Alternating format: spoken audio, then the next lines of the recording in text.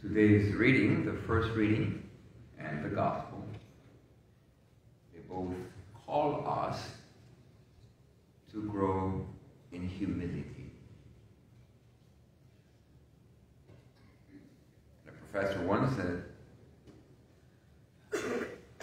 we'll define humility as seeing oneself through the eyes of God, nothing more, but nothing less.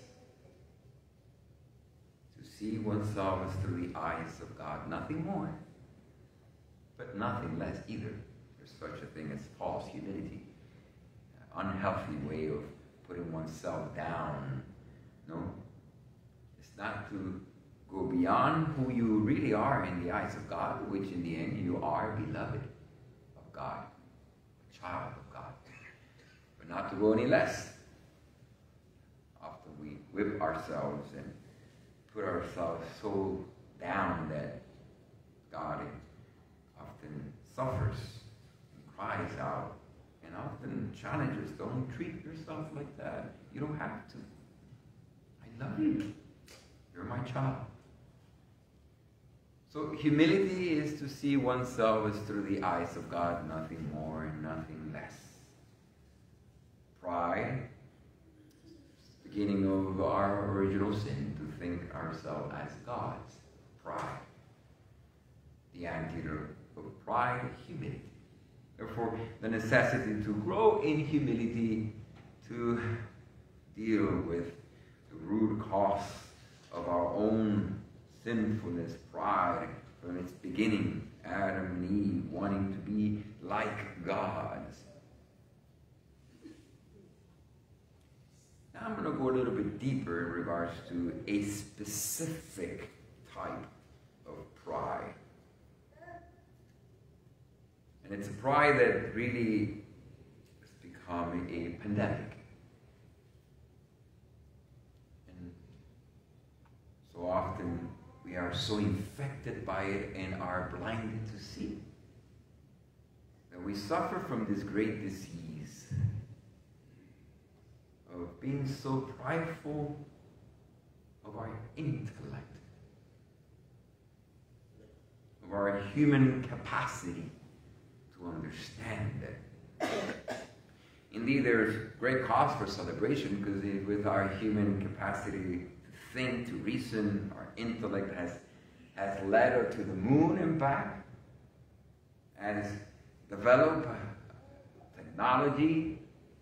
We definitely love our smartphones or our smartwatches, and what we thought was only for little kids' fantasy, Dr. Tracy, speaking to his own, it's a reality. And a lot has to do with the gift of the intellect, our way to reason, science, technology, medicine.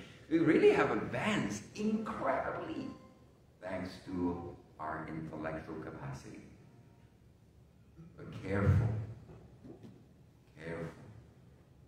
not to make of our intellectual capacity a God.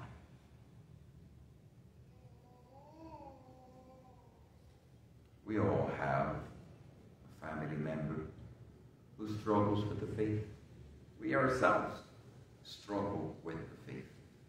How often we have a parent or a grandparent trying to help a child, a grandkid, to grow in the faith, and yet overwhelmed by a society that's so secular, that is so against faith, against God. We all live affected by this reality. And much of it is because of our pride over intellect. Let me make a footnote here and make a difference. There's a difference between someone who is an atheist and someone who is Gnostic. Gnostic would be a person who have come to the understanding that it is impossible to be able to know for sure if God exists or not. Gnostic. An atheist is a person who says God doesn't exist. So if we follow that definition, I hope we are all agnostic, because the truth is, there is no way for us by the intellectual means alone to get to some empirical proof of God's existence. And that's the challenge of what happens when we make of our intellect a God. That if I cannot reason through it, then it doesn't exist.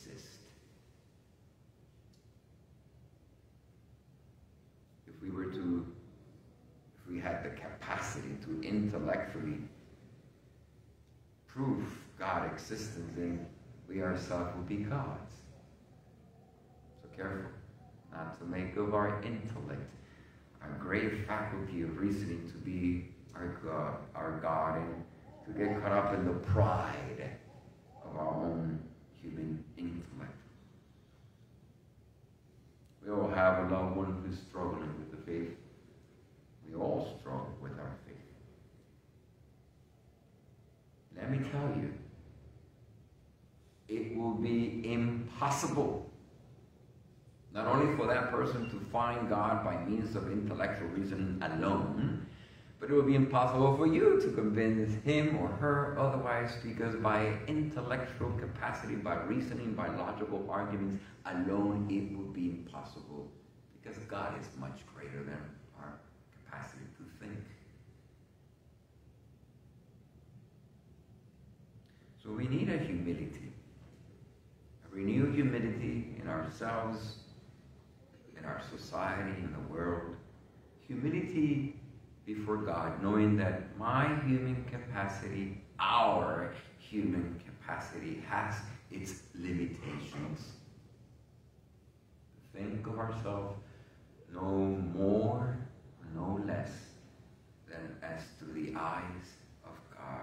Humility. Once I had this very powerful conversation with a very close friend of mine. We were actually in the seminary together. And my friend discerned his calling, and he came to the decision that his call was not to become a priest, but we kept in touch. He continued his studies in the world, in a public university, and studied philosophy. And if you know, to study philosophy in the secular world, it's just saturated, infected with this atheist spirituality.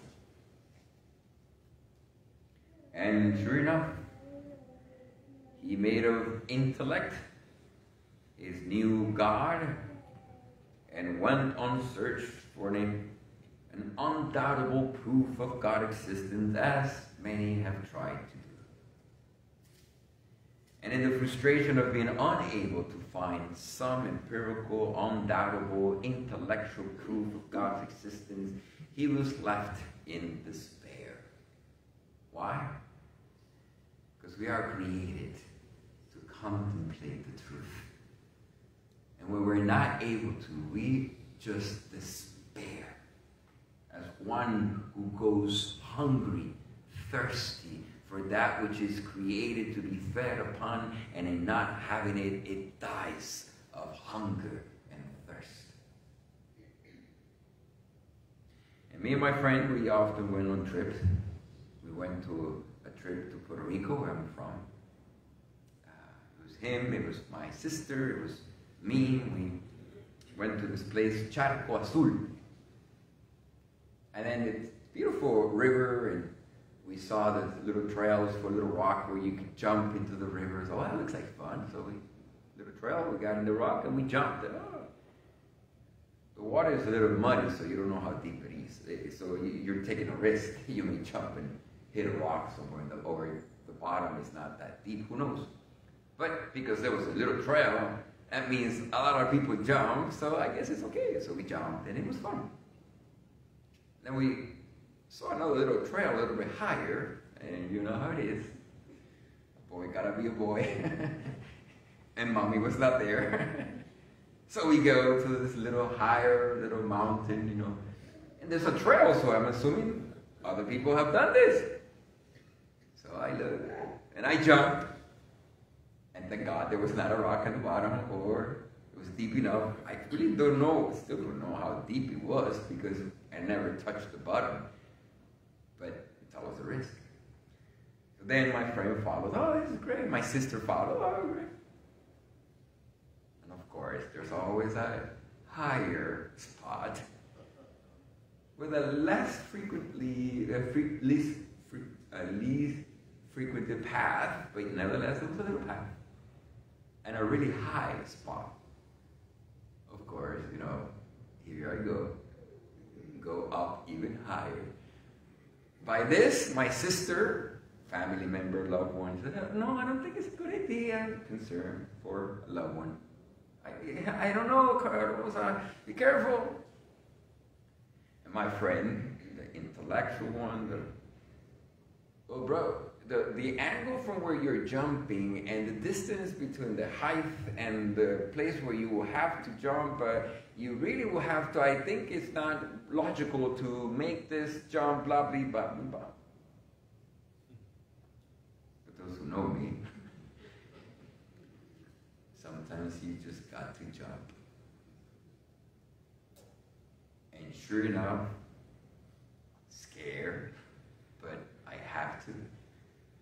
Sister concerned, the intellectual mind saying no, the impossibilities, the high risk, the percentage, the angle, and here I go. Thank God there was not a rock on the bottom. Thank God it was deep enough. Thank God I pushed myself far enough to make it to the place where we were guessing was deep enough. Months later, years later, I'm still having this conversation with my friend. He's still struggling with the faith. And he's bringing the best that the secular world can bring of intellectual arguments against the existence of God, for the existence of God, but nothing is for sure, and yet stuck with so common a human consciousness to get stuck in our pride that intellect alone can do this. And I remember having that conversation with my friend, and I told him, bro, you remember we went to Puerto Rico? Yes, yes, yes. Charco Azul? Yes, yes, yes. Sometimes you just gotta jump. There's so much intellect can take you. Sometimes you have to jump beyond your mind, beyond reasoning, beyond the intellect. And it's a risk, because you may crack open your head.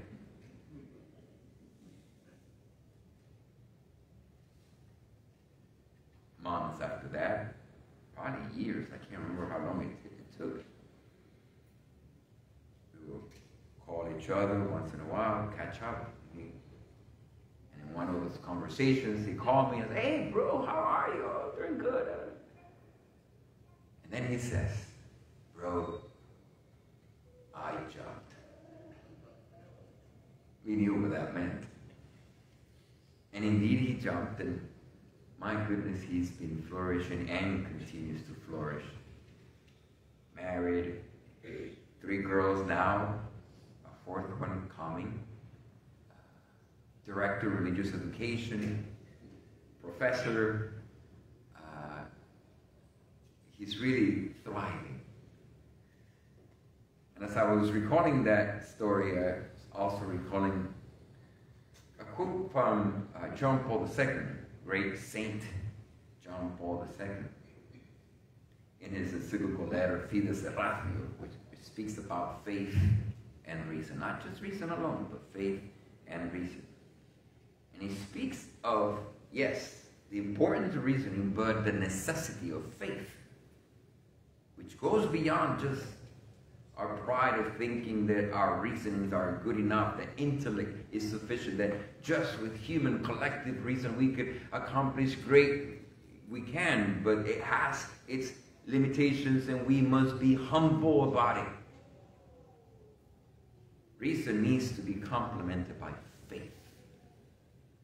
And John Paul II has this beautiful imagery that he says, faith and reason are like the 2 wings with which the human spirit can soar and contemplate in the truth. The truth that we are created to know and to love. And in the spirit of today, St. Augustine, by the way, today we celebrate St. Augustine's great doctor of faith. In his book, The Confessions, our hearts are restless unto the rest in thee. In the midst of a world that is caught up with pride about our own human capacity to think, to reason, there is a necessity for us, for you, for me, for more people to take the leap of faith, to jump beyond just reasoning. And when you do so, what will happen is all of us only two wings will come out. The wing of the faith and the reason. And with faith and reason, to begin soaring and going higher and higher and higher as to contemplate the truth. But here is the beauty of what faith teaches us. That truth is not just this abstract construct of things we're trying to understand. Truth is a person. The truth is a person. The truth is God-man. A person in which I can enter into a personal relationship. The truth is not just for the head, it's for the heart. Because ultimately Jesus Christ is the truth, the way, and the life that we all long for. We need to spread our wings, yes, of reason, but also of faith. Otherwise, we'll be going around in circles and not flying, but stuck in the bottom. We need the humility to know that with reason alone is not sufficient. We need our faith. The Christian faith reveals that truth is a human being that lived among us, who experienced all that is to be human except sin, and that human person's divinely is the Son of God, is Jesus Christ, the way, the truth, the life. More than having logical construct about the existence of God, we need people who jump and fall in love with God. Great theologian Karl Rahner would often say, the Christian of the new millennium, it's either a mystic or not a Christian at all. Are you a mystic? Are you in love with the truth as a person in a personal way? Do you speak of him who is the truth incarnate as the bridegroom of your soul? Have you come to be fulfilled in your inmost longing for love by truth itself? Are you soaring with the two wings of faith and reason? Are you resting in the love of God? We need those prophetic witnesses. We need eschatological signs that points to the truth, and not just point to it, but those who are living in it, in love, and experiencing right here on earth what will fully be in the ends of times.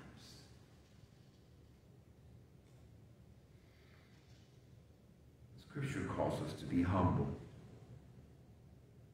And if there's something we are desperate for, it's humble people.